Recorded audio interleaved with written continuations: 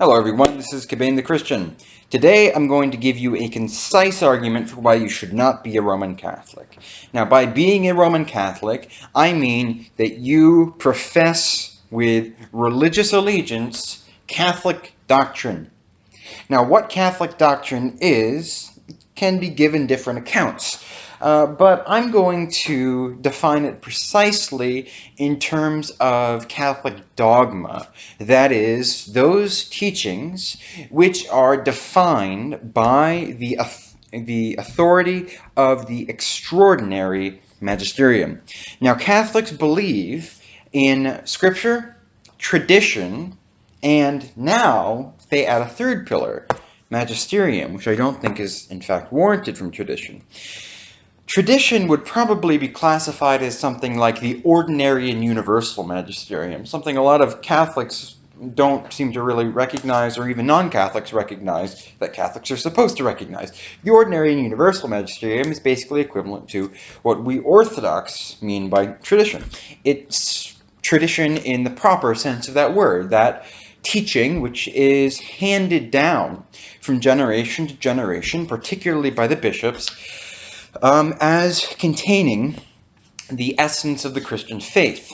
Now, the extraordinary magisterium in Roman Catholic teaching are those teachings which are specifically defined by the Pope in union sometimes with the College of Bishops. And there are very specific canonical criteria which determine what is and what isn't what does and what doesn't participate in the authority of the extraordinary magisterium. Now, some Catholics think that this is a great virtue of the system, that unlike Orthodoxy and unlike Protestantism, it means that you can give a very epistemically clear or easy definition of what you should and what you shouldn't believe. And at first it seems to be very sound.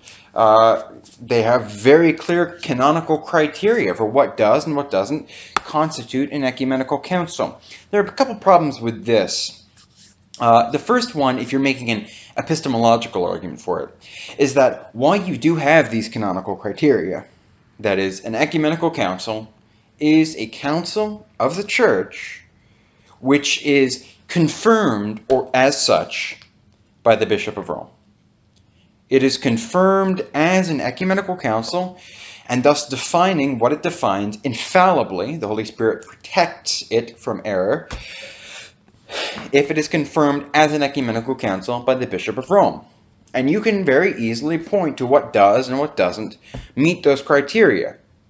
However, if you're saying that this is an advantage because, unlike Orthodoxy, you have these canonical criteria independent of what is actually defined, that is, your disagreement with an ecumenical council is irrelevant if it meets these canonical criteria, which therefore binds you with religious assent to believe what it teaches. The problem is these canonical criteria themselves are not defined by an act of the extraordinary magisterium, or if they are defined by an act of the extraordinary magisterium, well, this is self-referential. You have to believe in the authority of the extraordinary magisterium in order to cash out these canonical criteria, and the canonical criteria themselves tell you what is and what isn't an act of the extraordinary magisterium. To actually get the canonical criteria, therefore, you have to just appeal to what we Orthodox call tradition. It's that content of the faith which is handed down from generation to generation by the bishops in particular, but the whole body of the church participates in this. And you have to study it out. There's an assumption that I think undergirds these kind of arguments of finding the truth of things should be easy. Well, is that true? Most people assume that, of course it's true. God wants us to know the truth of things, so it should be easy. And so there's the argument made against Protestants, and I'm not a Protestant, I don't believe in sola scriptura, but I don't think this is a sound argument, that, well, you've got the Bible, and why would God have it that everyone has to decide for themselves what the Bible teaches, that everyone has to study it out for themselves? And so they'll make the same argument against Orthodoxy. Who defines for you what constitutes tradition? Well, I don't think it's true that finding truth is easy or should be easy. Solomon says in Proverbs 25:2, it is the glory of God to conceal a matter. The glory of kings is to search it out. Isaiah says, truly you are a God who hides himself. Now that's not the whole truth. God is also a God who reveals himself. We shouldn't emphasize one to the detriment of the other. But there's a reason for this. And it's that if you are required to study something out, if you're required to seek with incredible diligence, if you're required to pursue a thing, you consider it much more valuable when you actually get it. So this is the lesson in the parable of Jesus when he speaks of the pearl of great price. Someone sought out and found a pearl of immense value, and thus they bought the whole property just in order to get that pearl. That's the fundamental lesson that we get here about the value that's placed on truth. So number one, it's circular. You have to either appeal to the extraordinary magisterium to get the canonical criteria, which tell you what the extraordinary magisterium is, or number two, you just have to return to the ordinary and universal magisterium, or just tradition, as we Orthodox understand it, in order to get those criteria, so it's no advantage over orthodoxy in the first place. St. Vincent of Lerins, in the Commonitorium, who's a Western father, I will remind you, he writes an entire work dedicated to the question of how do we understand what is and what isn't the teaching of the Catholic Church.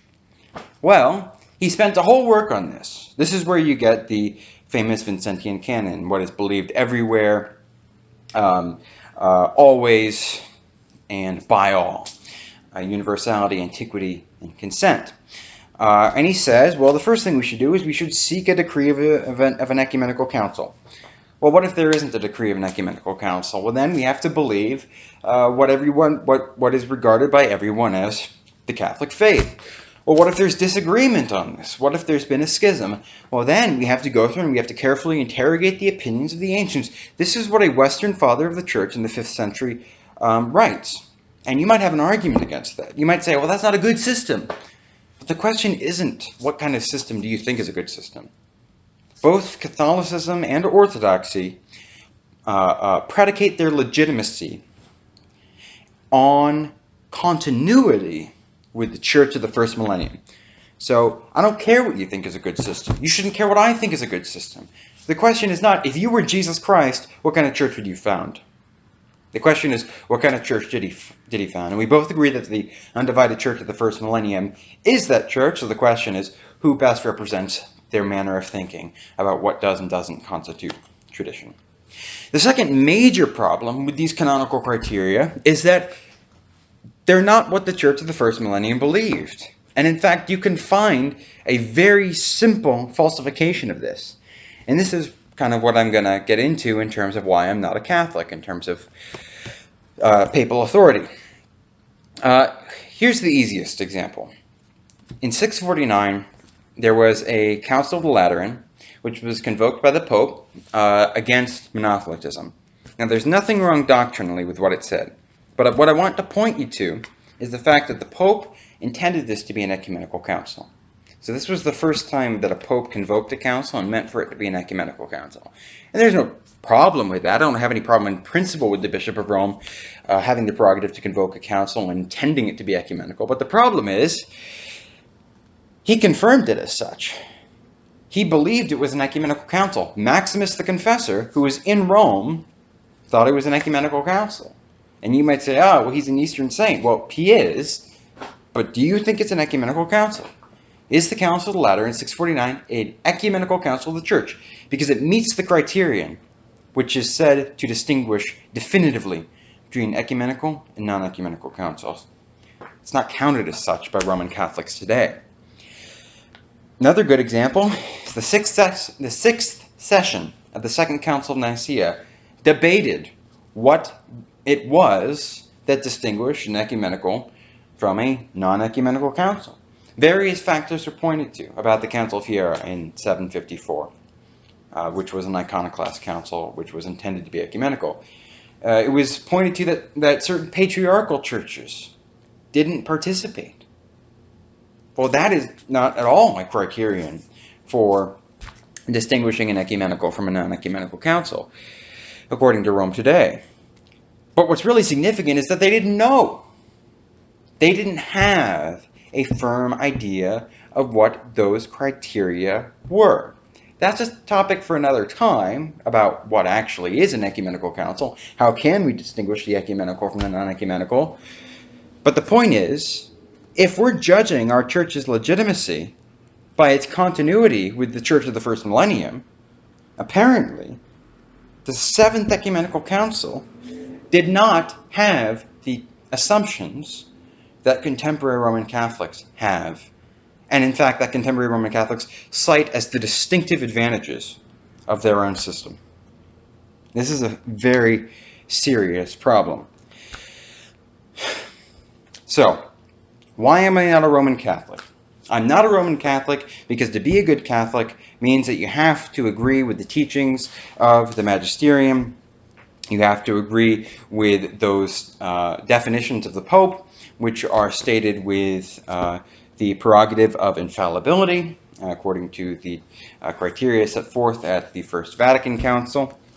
And you have to agree with the dogmatic definitions of the 21 ecumenical councils of the Roman Catholic Church.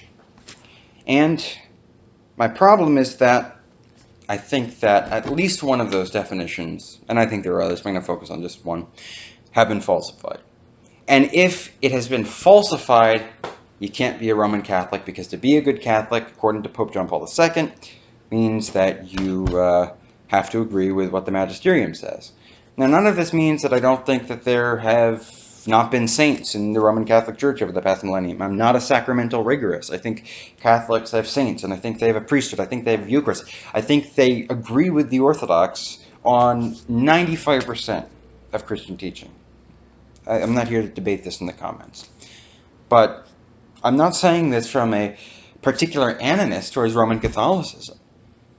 But I'm saying this to say I can't be a Catholic because I don't believe what a Catholic has to believe. So, let's look at what I'm talking about in particular. Vatican I gives a dogmatic definition of the prerogatives of the Bishop of Rome as the Pope. And this is an important point, because we shouldn't just be talking about, well, do we believe the Pope is the successor of Peter?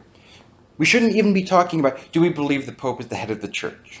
Anyone with any knowledge of church history knows that there is a sense in which the Bishop of Rome is the head of the Church. Orthodox apologists shoot themselves in the foot when they say ridiculous things like the Church has no earthly head because Christ is the head of the Church. Or in the first millennium, the Bishop of Rome had a primacy of honor, not a primacy of jurisdiction, as if there could be such a kind of primacy. And in fact, there was never, this was not the meaning of primacy of honor anywhere. Or, all bishops are successors of Peter, therefore the Bishop of Rome can't be the successor of Peter in a unique sense. Now, it's true that all bishops are successors of Peter. That does not entail that the Bishop of Rome can't be the successor of Peter in a unique or a universal sense. If those are if those are essential to being Orthodox, we can't be Orthodox if we know history. Because the ecumenical councils call the Bishop of Rome things like Archbishop of all the churches. That's in the Fourth Ecumenical Council. The Seventh Ecumenical Council talks about Pope Adrian as the holy head of the churches. Phrases like head of all the churches of God are very frequent if you read through the conciliar and the patristic literature of the first millennium. So if those mean that you have to be a Catholic, then we have to be Catholics, if we're being honest. But we have to get a bit more specific than this. Because if you look at people like Simeon of Thessaloniki or Mark of Ephesus, these are medieval Byzantine theologians, they acknowledged that the Bishop of Rome was the successor of Peter in a unique and a universal sense. They spoke of him as the head of the churches of God, as the holy high priest on the contingency that he professed the Orthodox faith, which is a difference between Catholicism and Orthodoxy, and that we don't think that the See of Rome is indefectible. But they were very happy to acknowledge a universal primacy to the Bishop of Rome. Mark of Ephesus, who is engaging with the West at the very time that the West is having this controversy over conciliarism, in fact criticized the Latin conciliarists because he thought they had too low a view of the papacy, which is not the vision you often get of Mark of Ephesus, because the conciliarists thought that the Pope had no essential role in the universal church. And Mark said, well, he does have a universal role. However, he has to profess the Orthodox faith, and that universal role is always conjoined with the authority of the councils, the authority of the whole college. So there's a conjunction of primacy and conciliarity in St. Mark's view. Now, I point to that not to say that those were the only views in medieval Byzantine theology, although I think they're the correct views. I think they're the only views which can be really integrated with the historical record. But I point to that to say that showing that in the first millennium the Bishop of Rome was the head of the churches, or the successor of Peter, that doesn't prove you should be a Roman Catholic. If you want to ask the question, should I be a Roman Catholic, you have to probe the specific prerogatives that Vatican I predicates of the Bishop of Rome. So, let's look at some of the things that Vatican I says. Before we do that, we should just distinguish briefly between what primacy means dogmatically versus prudentially. So, Pope John Paul II in Ut Sint, and I have a lot of reverence for Pope John Paul II, in Ut Sint, he invited Christian theologians of other traditions to, quote, engage with me in a patient and fraternal dialogue on the exercise of the primacy. And this has been taken, I think, in a bit too hopeful of ways by certain Protestants. I don't even know why we're talking to Protestants, because they don't even have a priesthood, so never mind that. But I think it's a distraction. But to certain Protestant theologians and to Orthodox theologians, this is a great invitation. Problem is that there's a difference between talking about the prudential ways in which it will be wise for popes to exercise their authority versus the ways in which he is canonically allowed to exercise his authority. So if you're the President of the United States, it might be unwise for you to sign a particular piece of legislation into law. It might be a bad idea to do so. But if you do so, it's genuinely legally binding. Likewise, saying that the Bishop of Rome should not intervene in the Eastern Church is not the same as saying that, according to Catholic doctrine, he cannot intervene. So we have to make that distinction. So my question is just this. According to Vatican I, and thus according to Catholic dogma, what are the canonical prerogatives which are intrinsic to the office of Pope? In other words, what prerogatives cannot be separated from his office? What prerogatives cannot be revoked? So, Vatican I, Pastor Eternus, the dogmatic statement on the Church of Christ. This is Catholic dogma, and it is given with the authority of the extraordinary magisterium, with anathemas attached. So, it says the primacy of jurisdiction over the universal church was immediately and directly promised and given to Blessed Peter. In a sense, we can agree with that. But here's what we can't agree with. It anathematizes any person who says that this jurisdiction is not ordinary and immediate, both over each and all of the churches and over each and all of the pastors and the faithful. In the Second Vatican Council, this is reiterated, where it states that the papal power of primacy over all, both pastors and faithful, remains intact. Moreover, this is Lumen Gentium, it states that the Pope is always free to exercise this power, and while the College of Bishops also has the power of jurisdiction of the whole church. This power that belongs to the whole college cannot be exercised without their head, that is, the Bishop of Rome. So let's cash out what this means.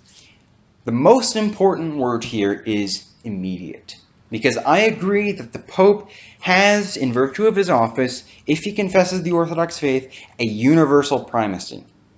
You can't escape that if you agree with what Chalcedon says, that he's the archbishop of all the churches. He has a universal primacy. But what kind of universal primacy is that? Well, the two Vatican Councils says that it's a primacy of immediate jurisdiction. So think about the word immediate. It's immediate. Mediate means mediated through another kind of organ of authority.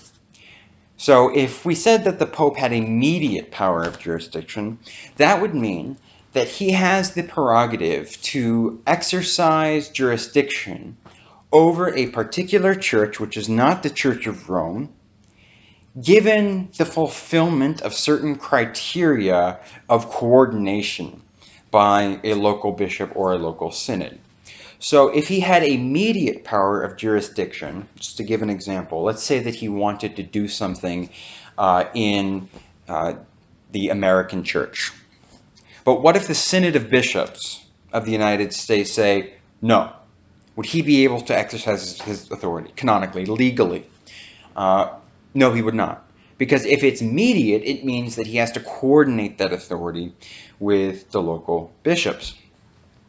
Moreover, in stating that it is immediate over all and each of the pastors and the faithful, it means that it's not just a power of authority over the church as a whole.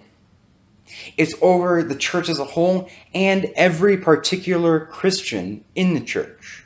That means that if you are a Christian, then he has legal authority, canonically speaking, ecclesially speaking. I'm not talking about state authority, I'm speaking of it in an ecclesial context, to determine your position with respect to the communion of the churches. He has the immediate authority to excommunicate your priest directly or your bishop directly. So it's over each and all the pastors and the faithful. Immediate, he doesn't have to go through anybody, and over each, which means he can do it individually. He has direct authority over every baptized Christian in the church. Now, what's important about this is also that this is the defining power. This is the definition given to what sort of power is given to him in the Apostle Peter. So the Bishop of Rome is the successor of Peter, and it's in virtue of his Petrine office that he has all of these powers. Moreover, he can act without a council with respect to the whole church. I mean, he can determine to excommunicate anybody in the church. It might not be wise for him to do so, but he can do it. And he can do that without the cooperation of the council. That is not something that goes the other way around. The council cannot act without his consent, but he can act without their consent, and his power is immediate. But it's not only immediate, it's ordinary.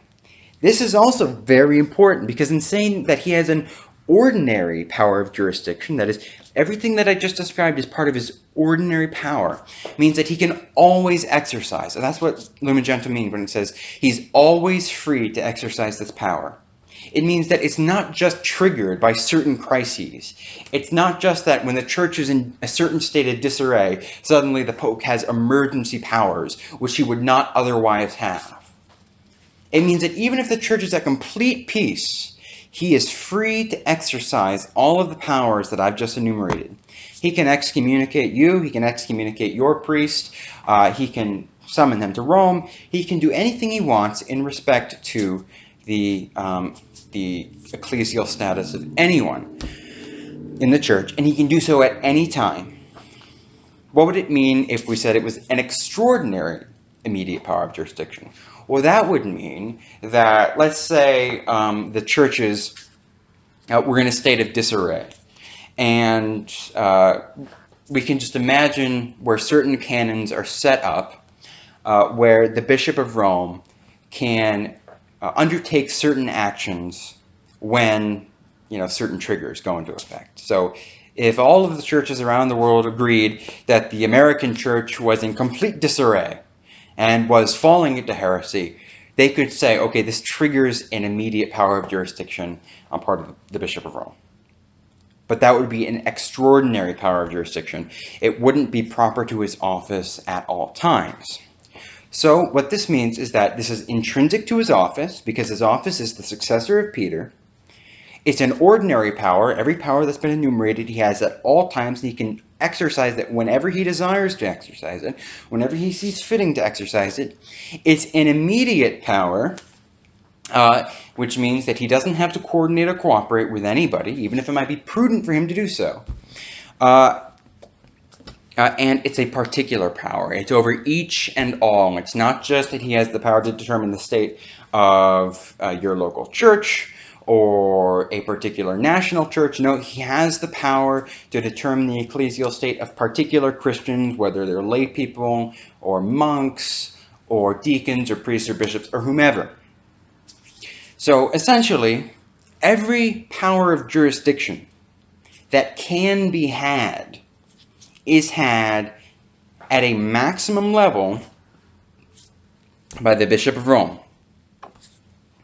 What doesn't this mean? Because at this point, some people will get upset and they say, well, Vatican I didn't affirm certain ultramontane ideas. And that's true. Ultramontane means over the mountains, by the way. And there was a party of ultramontanists which wanted to say certain other things about the Bishop of Rome, which Vatican I abstained wisely from saying. What did the Ultramontanists want to say? Well, the Ultramontanists wanted to say essentially that every bishop was actually a representative or a vicar of the Pope in his local church, or that the power of jurisdiction was given only to the Bishop of Rome, and he simply conceded it to other bishops as a prudential matter. Now, Vatican I abstained from saying that. And here's how this works theologically and integrates with what I've just described.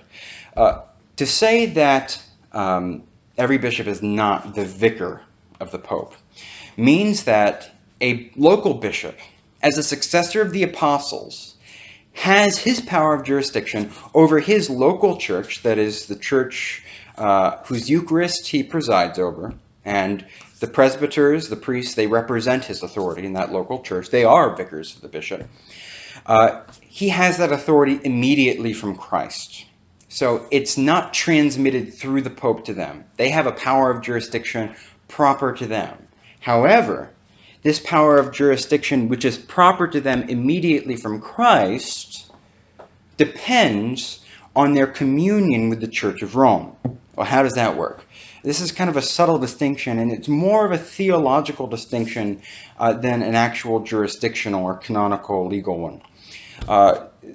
Essentially, this is something that I think it's Dominus Jesus in 2000, a clarification by Joseph Cardinal Ratzinger, commissioned by Pope John Paul II about what Catholics can and can't say about the oneness of the Catholic Church and its unique role vis-a-vis salvation.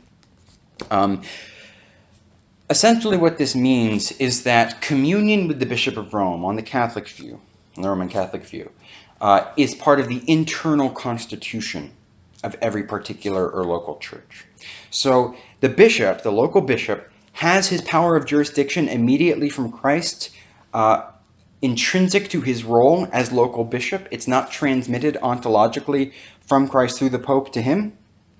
However, his having that power of jurisdiction is contingent on his communion with the Bishop of Rome, because that local church's being completely and fully a local church as Christ wills it requires communion with the Bishop of Rome as part of its internal nature.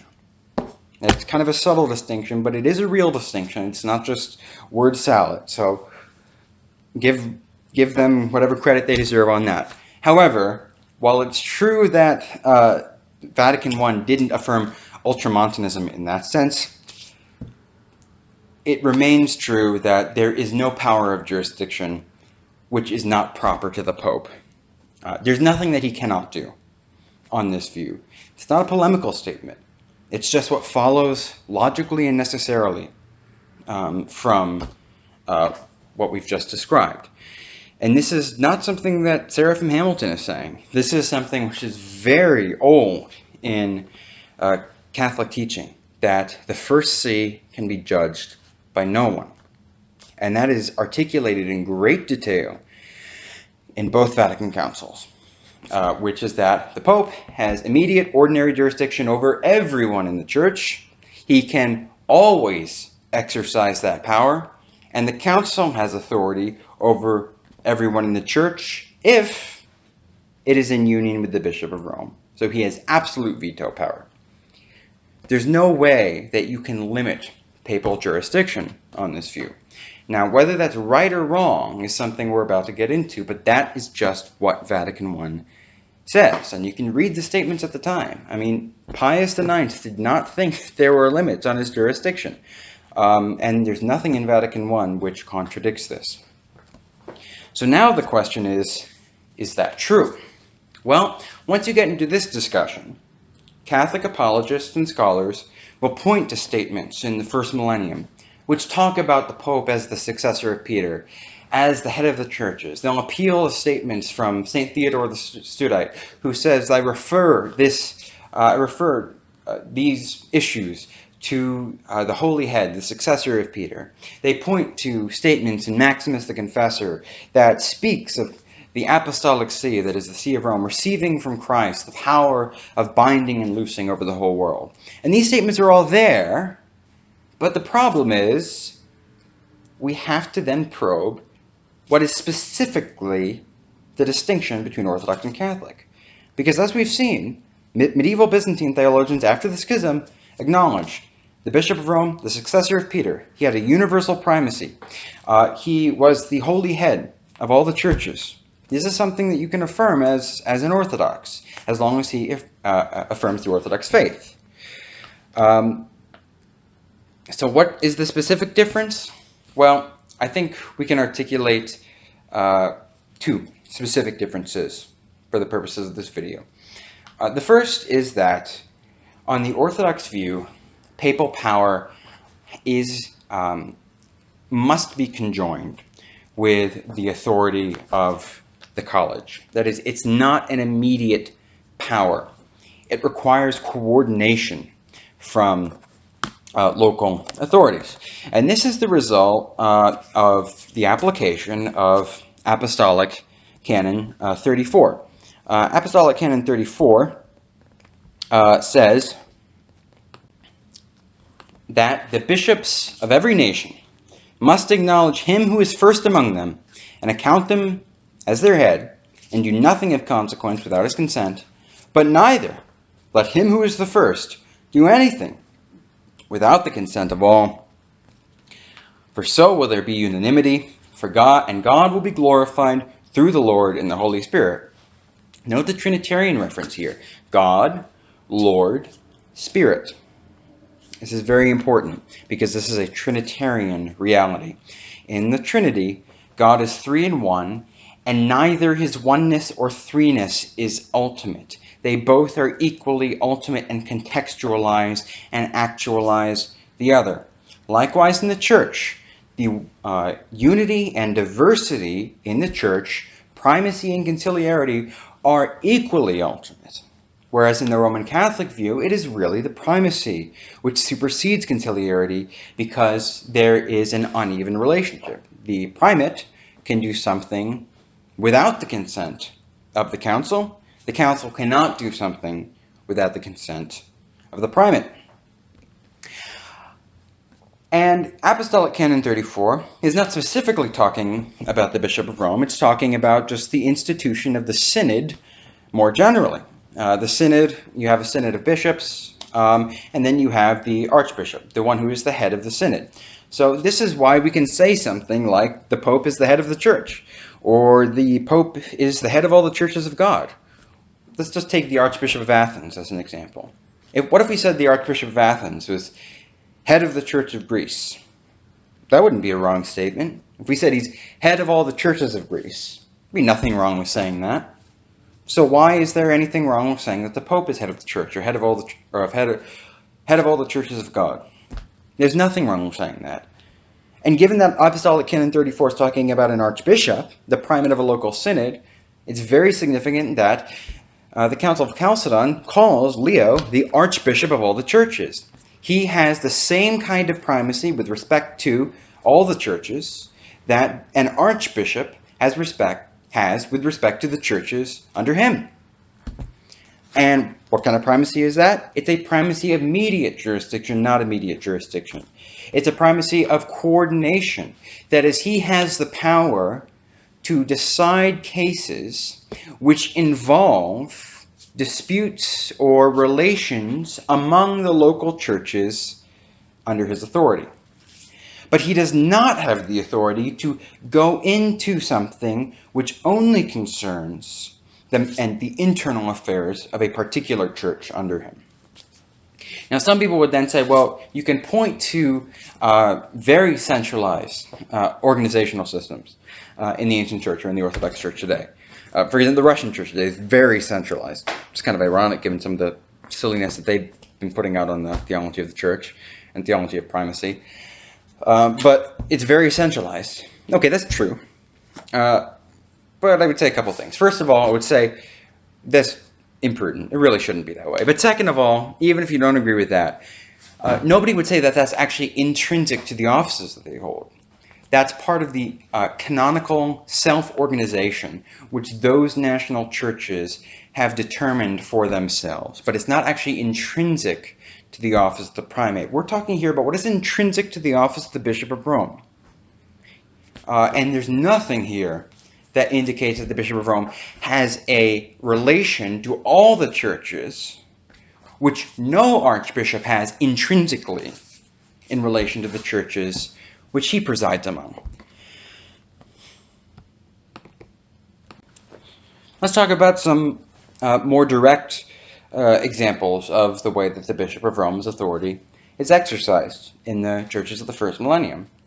We know, kind of as a preface, that there are many quotations of even popes of Rome, because I don't think that the idea that became prevalent about the Pope was prevalent as early as many people, even historians, say it was.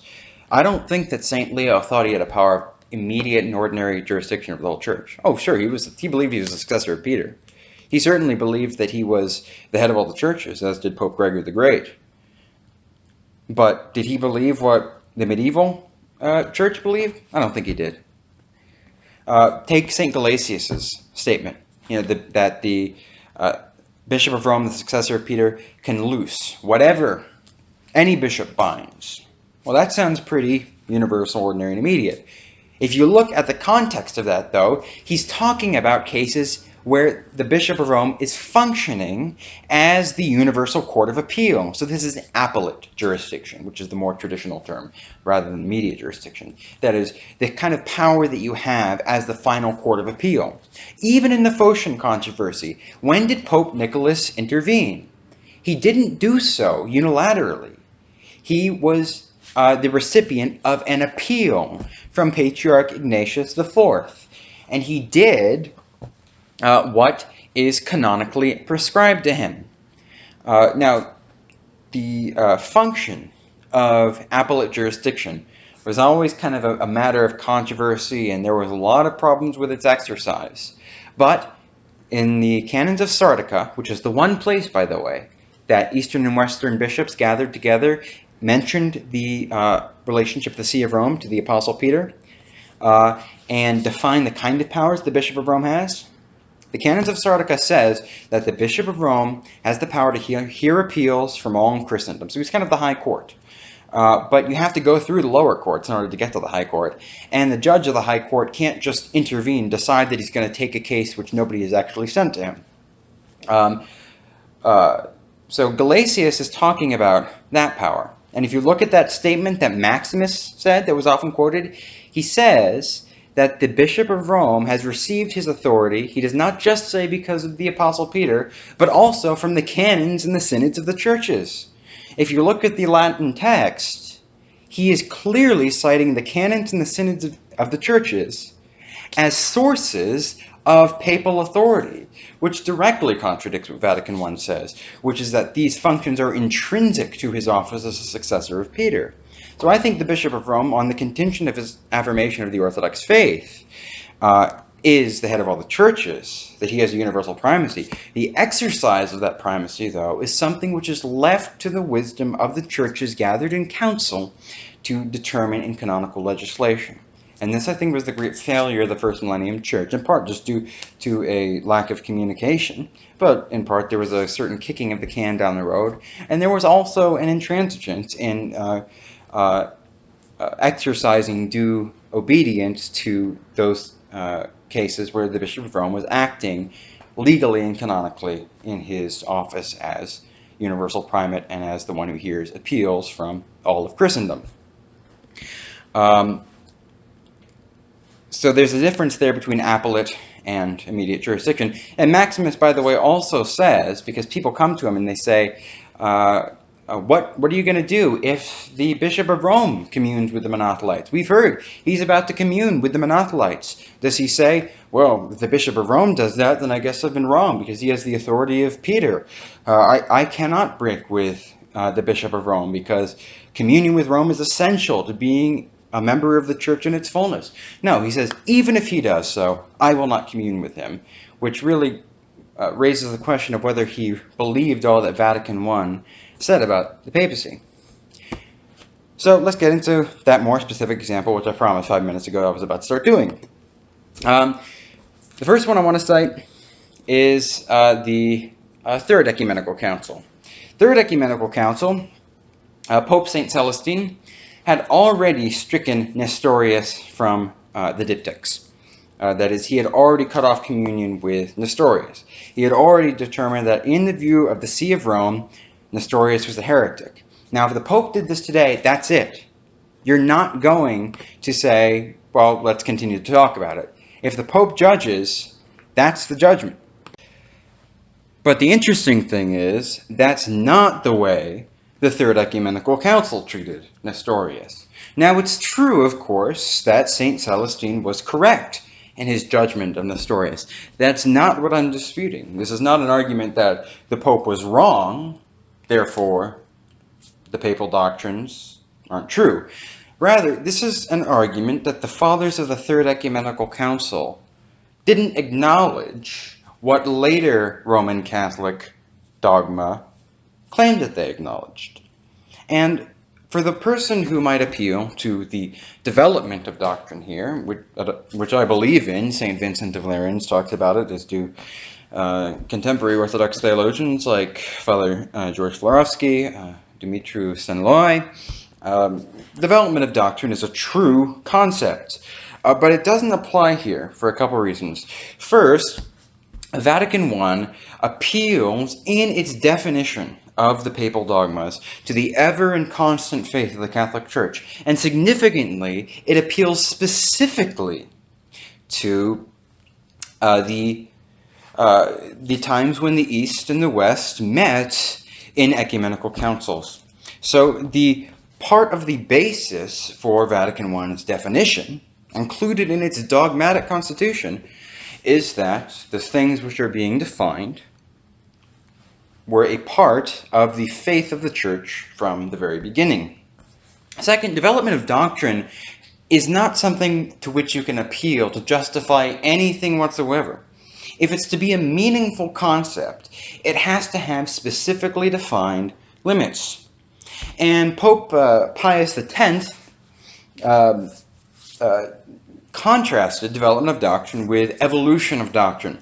Development of doctrine is distinguished from the evolution of doctrine because development teases out organic implications which belong intrinsically to earlier formulations of Christian doctrine, and then unfold as a matter of logical consequence and logical necessity in later formulations of Christian doctrine.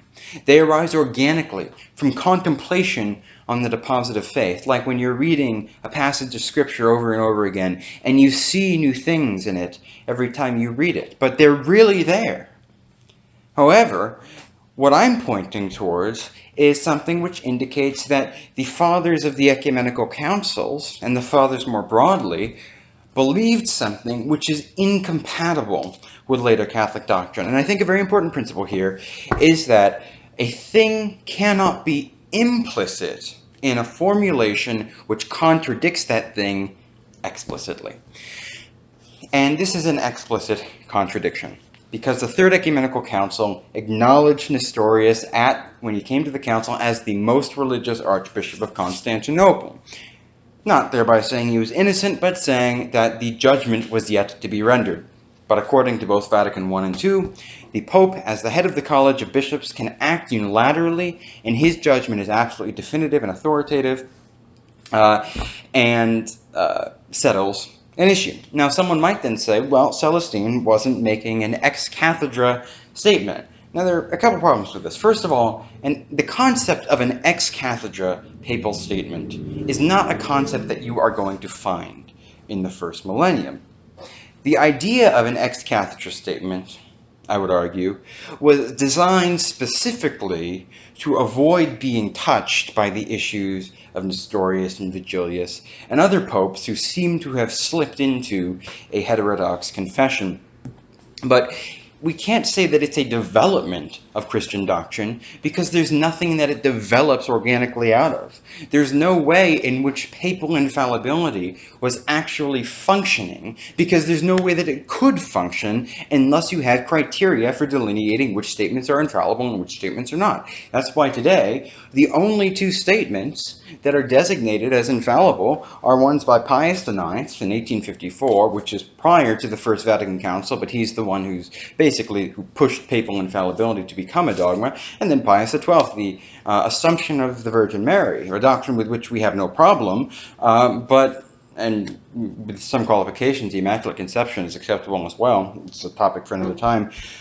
But the point is that the fact that these are the only two statements which are universally recognized as infallible demonstrates the truth of what I'm saying, which is that even though conceptually a Catholic has to believe that infallibility has always been a prerogative of the Pope of Rome, it cannot function as such unless you have the concept of an ex cathedra statement which can distinguish between an infallible and a non-infallible statement. But there was no such concept in the First Millennium Church. There were no such criteria. This is another kind of, as a footnote, this is another issue, which is that Roman Catholics say the Pope of Rome is indefectible. But when you try to press them on what that actually means, what does it mean to say that the Church of Rome cannot fall into heresy? Well, usually they end up articulating some idea or a concept like that of an ex cathedra statement. But if the ex cathedra statement is a prerogative which has not even been invoked by any pope for more than 50 years, what does it mean to say? And 100, the one before Pius XII, 100 years before that, and then prior to that, there is no universally recognized ex cathedra statement. What does it even mean to say the Church of Rome can never fall into heresy, when he may well fall into heresy, as long as he's not saying that ex cathedra? And also, the fact that he has universal, absolute, ordinary, and immediate jurisdiction over every Christian, both corporately and individually, means that he can enforce a heretical view, even when he's not speaking infallibly. So he can enforce his will even when his will does not meet the conditions for infallibility. You're seeing that today. So appealing to an ex cathedra statement is not going to get a person out of the problem of the Third Ecumenical Council. Also problematic is the Fourth Ecumenical Council. And ironically, the Fourth Ecumenical Council is often cited as a reason to think that the Bishop of Rome was regarded as something like Vatican I regards him by the Fathers of East and West. And that's because if you look at the minutes of the Fourth Council, Pope Leo's tome on Christology was received enthusiastically. And they even say, Peter has spoken through Leo. Well, the question is not whether Peter is invoked in relation to Pope Leo. Of course, I think that the Bishop of Rome has a unique kind of relationship with the Apostle Peter. I would also point out that St. Gregory the Great, St. Leo the Great, St. Gelasius, St. Damasus, many popes of Rome, and many who were not popes of Rome, St. Sophronius of Jerusalem, for example, invoke the Petrine ministry, not only in relation to Rome, but in relation to Alexandria and Antioch. So that's just a historical point about, well, Peter founded these churches as well. Pope Gregory the Great, in fact, says that there are 3 bishops presiding in the one see of Peter, that it is in 3 places the see of one. St. Gelasius says that the Apostle Peter honored these 3 churches with his memory, and therefore these 3 churches, the Nicene order, is immovable. This becomes a controversy because of Canon 28 of Chalcedon, and I have to agree with the popes of Rome that it was imprudent, at the very least, to move Constantinople up. But the point is that succession from Peter does not just apply to the Church of Rome, even and especially according to the bishops of the Church of Rome in the first millennium. So, if the Petrine ministry is sufficient to grant the Bishop of Rome all of the prerogatives that he has, according to Vatican I, then it also applies to those bishops if you want to claim fidelity to the tradition and legacy of the popes of the first millennium. And that's kind of a footnote. But Peter has spoken through Leo. Okay, yes, that's great. We acknowledge that Pope Leo's confession, who is a saint in the Orthodox Church, revered. He spoke with the voice of Peter. It manifested the faith of the Apostle Peter. But you're not going to be able to get that much precise conceptual and doctrinal content out of that acclamation. It's a mistake to put an enormous amount of emphasis on it, because Vatican I is articulating a very well-defined and precise doctrine, and an acclamation like that isn't going to do the legwork you need it to do. More problematically for the Roman Catholic view, the orthodoxy of Pope Leo's tome was not taken for granted. And just imagine, at a contemporary ecumenical council of the Roman Catholic Church, imagine the Pope sending a document like that, declaring that this was the Church of Rome's view on a contested matter. There would be no dispute. There could be none, according to Catholic doctrine. But in fact, there was an enormous debate at the Fourth Ecumenical Council, and a number of the Council Fathers felt that Pope Leo had drifted into Nestorian territory. Now, he hadn't, but the point is that they believed that he could. It was not taken for granted. It was debated extensively, and only after extensive critical analysis, wherein the Pope's statement was analyzed vis-a-vis St. Cyril's confession, was it finally accepted. And in the very acclamation that they said, Peter has spoken through Leo, they said, this is the faith of Cyril. Cyril's teaching was the standard by which orthodoxy was measured, and Leo, after much debate, was determined to have measured up. So that's the Fourth Ecumenical Council. And the other problem with this is that the invocation of the Apostle Peter is not simply in order to justify papal primacy, but it is invoked precisely in the conjunction of primacy and conciliarity. So here's what the council says. The Archbishop of the Great and Elder Rome, through the Archbishop of the Great and Elder Rome, and through this present most holy synod, together with the thrice blessed and all-glorious Peter the Apostle, who is the rock and foundation of the Catholic Church, so on and so forth. So the memory of Peter the Apostle is specifically relevant to the conjunction of conciliar decree and papal consent. Both are necessary, and neither alone are sufficient. That's the mitigated papalism, in the words of Father Christian Capps, of Mark of Ephesus or Simeon of Thessaloniki. And it is concordant with statements we find in fathers like Gregory of Nyssa and in Cyprian of Carthage, who speak of the chair of Peter as something principally belonging to each particular bishop. The keys are the keys which bind and loose, in that they set the boundaries of Eucharistic communion. They determine who is and isn't admitted to the Eucharistic table. And the one whose prerogative that is primarily is the one on whom the Eucharist depends, that is, the local bishop. But as the Bishop of Rome is the church which presides in love, coordinating and facilitating the communion of all the churches, the Pope of Rome succeeds Peter in a particular and special way in his universal primacy. Nevertheless, the Pope of Rome is not the only bishop who succeeds in a special way to this universal primacy. In fact, Pope Gelasius invokes the memory of the Apostle Paul, who in his words equally made Rome special in Christ the Lord. But Alexandria and Antioch share in that primacy as well. It's very interesting, I think, that 3 bishops are normatively required for the consecration of every particular bishop who succeeds to the chair of Peter in his local church. And then, on the universal level, there are 3 churches who preside in the name of Peter. That is something which needs to be developed further.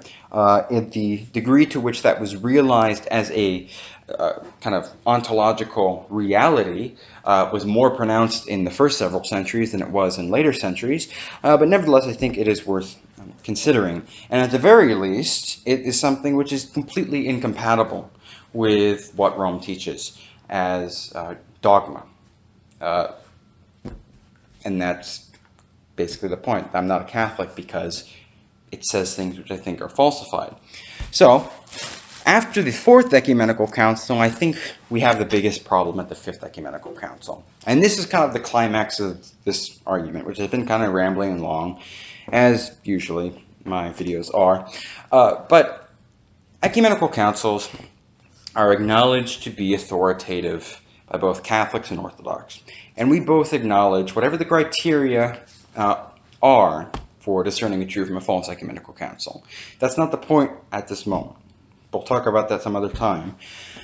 But the point right now is we both accept the 5th Ecumenical Council as a legitimate ecumenical council. And even if you think that things were happening at the 5th Council which were unwise or we shouldn't be proud of, the reality is it is still recognized by both of us as an ecumenical council. So we need to focus down on that particular issue, which is that the things that are stated by the council, however they were produced, are carriers of the authority of an ecumenical council. So at the 5th Council, the Second Council of Constantinople, there was a controversy because Pope Vigilius was an advocate of the orthodoxy, Christologically speaking, of a document called the Three Chapters. Justinian and the Eastern bishops were not advocates of the orthodoxy of that document. Now, there was a whole drama that went on here, and I agree, it was in some respects distasteful. But let's focus on the main point, which is that this is an ecumenical council. And we acknowledge, because of that fact, that it was under, in some strange way, the direction, providence, and ordering of God. Please don't comment about, about the other issues in this video, because I don't want to distract from the main discussion. And here's the principal point. Vigilius invoked his Petrine authority in order to justify his acceptance of the orthodoxy of the Three Chapters. Now, the council responded in these terms. It stated that Vigilius needed to follow, quote, the great examples left us by the apostles, who did not make a formal ruling, quote, until gathered together. Nor is there any other way in which the truth can be made manifest, since each one needs the help of his neighbor. And in Ecclesiastes, Solomon says, 2 are better than 1. Now, this is a huge problem for Roman Catholic teaching, because Roman Catholic teaching is extremely clear that conciliarism is false, that the Pope can act unilaterally, independently of the council, with complete and total authority. And That is not something which belongs to the council. It might be wise to convoke an ecumenical council, but it's not, strictly speaking, necessary. If he renders a judgment, even if the council opposes it, that judgment is final. But the Fifth Ecumenical Council acknowledges ecumenical bias both. Not only contradicted Vigilius's invocation of Petrine authority, but it provided a very specific and direct reason for that rejection. And the reasoning which the council leaves us directly undermines that which Rome teaches, not as something that should probably be held, not something which it would be nice to hold, not something which most Catholics hold, something which we must hold, or else we fall under the anathema, because this is a specifically defined doctrine of Catholicism. So if this doctrine is false, and we agree that ecumenical councils are authoritative, and given the principles of logic, we can't have two infallible statements contradicting each other, if this is false, then, quite honestly, Catholicism, defined in terms of the whole body of Catholic dogma, is false.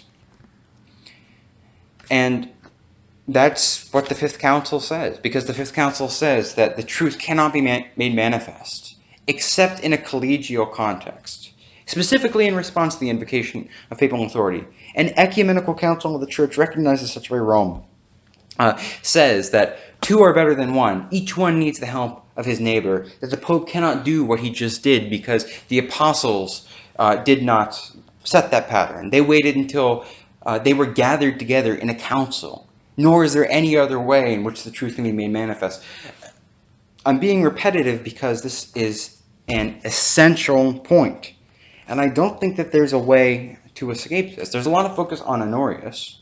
It's an interesting and important issue. I think this is much more serious because it not only rejects a papal decree, but it provides the ecclesiological logic undergirding the possibility of that rejection. And in its provision of this logic, it directly contradicts what Rome has bound as infallible. Well, if it is in fact fallible, then Catholicism as a dogmatic system cannot be true. That's why I can't be a Catholic. Now, I think there are very serious issues, in some ways more serious, with the filioque in terms of the theological importance. So, talk about that more another time. I think I've talked about it before. But this, I think, is why I'm not a Catholic, because it is so direct, in that there are all sorts of ways in which we can consider Catholicism and Orthodoxy. And there are Catholics who are in a Catholic context who become very cynical. They don't like what other Catholics are saying online, and they feel impelled towards Orthodoxy. And it happens with Orthodox. Orthodox are very cynical. They don't like what they perceive as, sometimes rightly, as anti-intellectualism, and they see these official statements released by the Vatican that are just theologically rich and profound. We have to stick to those things which follow from the premises. And, that sounds very obvious, but so often we have these grand intuitions, but if we try to put them in formal terms, nothing follows from them. This follows, and it follows deductively, which is that Catholicism is defined by its dogma. And dogma, in its very definition, cannot be falsified. So if a Catholic dogma is falsified, then Catholicism as a system is false, at least in this respect. It's not true in a sense that Orthodoxy is not true. I would suggest Orthodoxy is true in a sense Catholicism is not true, despite the grace that continues to exist in the Christian West and the many wonderful theological contributions she has made.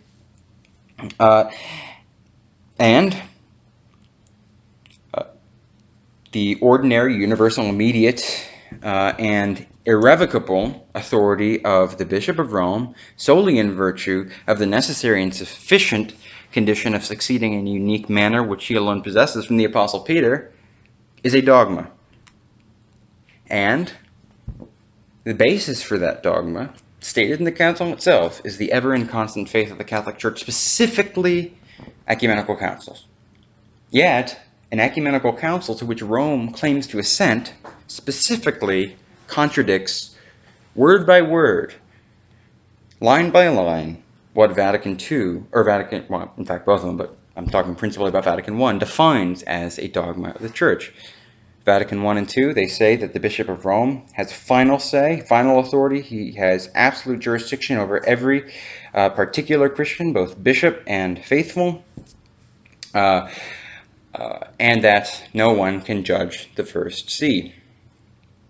It says that his authority is sufficient to bind doctrine, to settle jurisdictional disputes, that he does not, in fact, need the consent of the Church manifested in council for his judgment to be authoritative. The Fifth Ecumenical Council states that he does, in fact, need such consent to partake in that authority.